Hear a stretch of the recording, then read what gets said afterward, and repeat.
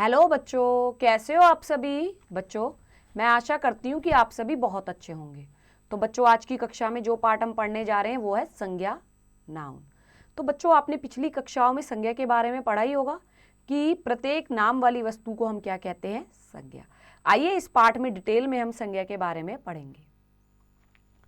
जब भी हम किसी नए व्यक्ति से मिलते हैं या नई वस्तु को देखते हैं तो सर्वप्रथम हम उसका नाम जानना चाहते हैं, क्योंकि नाम से किसी व्यक्ति या वस्तु की पहचान होती है।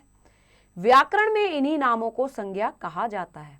पंडित जवाहरलाल नेहरू भारत के प्रथम प्रधानमंत्री थे। कक्षा में कुर्सी, मेज व पुस्तकें रखी हुई हैं। घोड़ा तेज दौड़ता है, बुढ़ापा दुखदाई होता है। उपर्युक्त वाक्यों में पंडित जवाहरलाल नेहरू व्यक्ति का नाम है, भारत एक स्थान का नाम है, कुर्सी, मेज व पुस्तकें वस्तुओं के नाम हैं, घोड़ा शब्द जाति विशेष का बोध करा रहा है तथा बुढ़ापा शब्द भाव का बोध करा रहा है। अतः ये सभी शब्द संज्ञा हैं। परिभाषा: किसी व्यक्ति, वस्तु, स्थान और भाव के नाम को संज्ञा कहते हैं।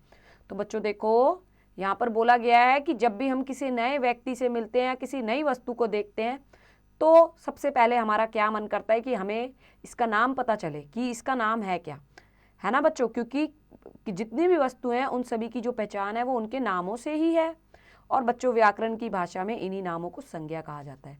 जैसे कि यहाँ पर उदाहरण के लिए दिया गया है, क्या, पंडित जवाहरलाल नेहरू व्यक्ति का नाम है और ये वस्तुओं का नाम है। कुर्सी, मेज, पुस्तकें, घोड़ा जो है ये क्या है, ये एक जानवर है। इसके अलावा बुढ़ापा क्या है, हमारे जीवन की एक अवस्था है। तो बच्चों, सभी का कुछ ना कुछ नाम है और इन्हीं नामों को हम क्या कहते हैं, संज्ञा। अब बच्चों, परिभाषा भी देखी हमने। परिभाषा में हमने देखा कि किसी व्यक्ति, वस्तु, स्थान और भाव के नाम को संज्ञा कहते हैं। अब हम देखेंगे संज्ञा के भेद। संज्ञा के भेद, काइंड्स ऑफ नाउन। संज्ञा के निम्नलिखित 5 भेद हैं: व्यक्तिवाचक संज्ञा, जातिवाचक संज्ञा, भाववाचक संज्ञा, समूहवाचक संज्ञा, द्रव्यवाचक संज्ञा। चलिए बच्चों, सबसे पहले है व्यक्तिवाचक संज्ञा, प्रॉपर नाउन। जिन शब्दों से किसी व्यक्ति, स्थान या वस्तु विशेष के नाम का बोध हो उसे व्यक्तिवाचक संज्ञा कहते हैं। जैसे ताजमहल, भारत, हिमालय, गंगा, जवाहरलाल नेहरू आदि।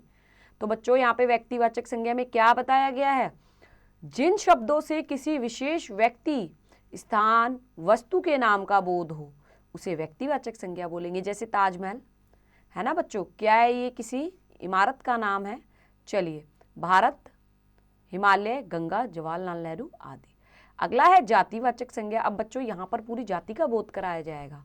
देखिए, जातिवाचक संज्ञा, कॉमन नाउन, जो शब्द किसी वर्ग या जाति के सभी प्राणियों, वस्तुओं तथा स्थानों आदि के नाम का बोध कराए उन्हें जातिवाचक संज्ञा कहते हैं।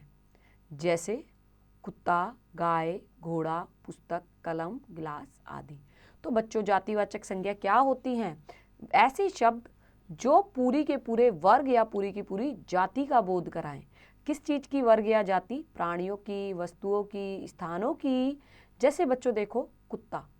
अब जो कुत्ता है ये हमें पूरी कुत्ते वर्ग की जो पूरी जाति है उसका बोध करा रहा है। कुत्ते बच्चों एक ही टाइप के थोड़ी होते हैं, उनके नाम होते हैं अलग अलग, उनकी प्रजातियां अलग होती हैं। ऐसे ही गाय भी, घोड़ा भी, पुस्तक, क्या पुस्तक एक ही प्रकार की होती है, नहीं। लेकिन यहाँ पर पूरे वर्ग की हमें जाति का बोध करा दिया गया है पुस्तक लिखकर। चलिए आगे आइए।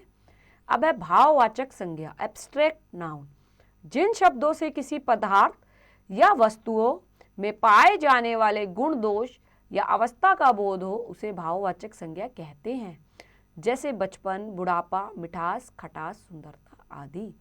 अब बच्चों, भाववाचक संज्ञा में यहाँ पे क्या बताया गया है कि जिन शब्दों से किसी पदार्थ या वस्तु में पाए जाने वाले गुण, दोषों के बारे में पता चले, उसकी अवस्था के बारे में पता चले, उसे भाववाचक संज्ञा कहते हैं। जैसे कि बचपन, बुढ़ापा, मिठास, खटास, सुंदरता आदि। अब है बच्चों इसके बाद समूहवाचक संज्ञा, जिसे हम इंग्लिश में कहते हैं कलेक्टिव नाउन। जिन शब्दों से किसी समूह का पता चलता है उसे समूहवाचक संज्ञा कहते हैं। जैसे कक्षा, दल, पार्टी, सेना, परिवार आदि। बच्चों देखिए यहाँ पर क्या होता है, यहाँ पर ये जो शब्द हैं ये हमें पूरे समूह के बारे में जानकारी देते हैं। जैसे मान लो मैंने बोला कक्षा, तो कक्षा क्या है, कक्षा बहुत सारे बच्चों का समूह है ना बच्चों। दल, अब बच्चों दल तो किसी का भी हो सकता है, बच्चों विद्यार्थियों का दल, टीचर्स का दल, इसका मतलब उसके अंदर बहुत सारे लोग हैं। ऐसे ही परिवार, परिवार भी सदस्यों से मिलकर ही तो बना है, मेंबर से मिलकर बना है। तो बच्चों इन्हें कहते हैं समूहवाचक संज्ञा, जो पूरे समूह का बोध कराते हैं। अगला है द्रव्यवाचक संज्ञा, मटेरियल नाउन। वे शब्द जिनसे किसी धातु, द्रव्य या पदार्थ का बोध होता है उन्हें द्रव्यवाचक संज्ञा कहते हैं। जैसे सोना, चांदी, लोहा, पीतल, दूध, तेल, पानी, मिट्टी आदि। यहाँ पर बोला गया है ऐसे शब्द जिनसे किसी धातु या द्रव्य या पदार्थ का बोध हो। तो बच्चों देखो इनको ना इंग्लिश में कहते हैं मटेरियल नाउन। यहाँ पर सारी ऐसी वस्तुएं आएंगी जिनसे मटेरियल बनाया जा सके। जैसे मान लो बच्चों सोना, सोने से देखो कितनी सारी चीज़ें बनाई जा सकती हैं, ज्वेलरी बनाई जा सकती है, सोने से कॉइन्स बनाए जा सकते हैं, इसके अलावा मूर्तियाँ बनाई जा सकती हैं। ऐसे ही चांदी से भी सेम यूज़, और लोहे से तो आपने देखा ही है कितनी सारी चीज़ें बनती हैं, पीतल से भी बनती है, दूध से बच्चों क्या क्या बनता है, खीर, दही, पनीर, घी, है ना। तो ये इन्हें कहते हैं मटेरियल नाउन, जिनसे और भी चीज़ें बनाई जा सके। तो चलिए बच्चों अब हम देखेंगे आगे भाववाचक संज्ञाओं की रचना हम कैसे कर सकते हैं। भाववाचक संज्ञाओं की रचना, फॉर्मेशन ऑफ एब्स्ट्रैक्ट नाउन। भाववाचक संज्ञाएं 5 प्रकार के शब्दों से मिलकर बनती हैं। जातिवाचक संज्ञा, विशेषण, सर्वनाम, क्रिया और क्रिया विशेषण। अब बच्चों ये जो भाववाचक संज्ञाएं हैं ये 5 प्रकार के शब्दों से मिलकर बन रही हैं। सबसे पहले हम देखेंगे किस प्रकार जातिवाचक संज्ञा से हम भाववाचक संज्ञा बना सकते हैं। चलिए बच्चों, जातिवाचक संज्ञा एक तरफ और एक तरफ भाववाचक संज्ञा। कवि, कवित्व, बच्चा, बचपन, इंसान, इंसानियत, लड़का, लड़कपन, मानव, मानवता। इधर देखेंगे बच्चों, विद्वान, विद्यता, शत्रु, शत्रुता, देव, देवत्व, पशु, पशुता, गुरु, गुरुत्व या फिर क्या हो सकता है, गुरुता।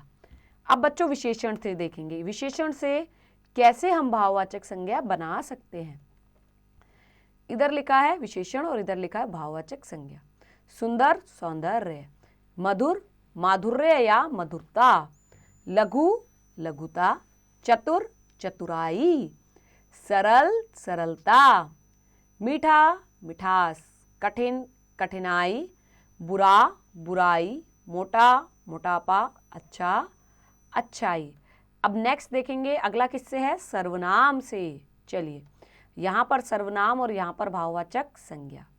निज, निजता, सर्व, सर्वस्व, मम, ममत्व, पराया, परायापन, अहम, अहंकार, अपना, अपनत्व, स्व, स्वत्व, आप, आपा। अब बच्चों क्रिया से बनाएंगे, क्रिया से, क्रिया और यहाँ पर भाववाचक संज्ञा। दौड़ना, दौड़, हंसना, हंसाई या फिर हंसी, लिखना, लिखाई, लड़ना, लड़ाई, भूलना, भूल, थकना, थकान या फिर थकावट, खेलना, खेल, उड़ना, उड़ान। अब बच्चों अब किससे बनाएंगे, अब हम बनाएंगे क्रिया विशेषण से। चलिए एक तरफ क्रिया विशेषण और दूसरी तरफ है भाववाचक संज्ञा।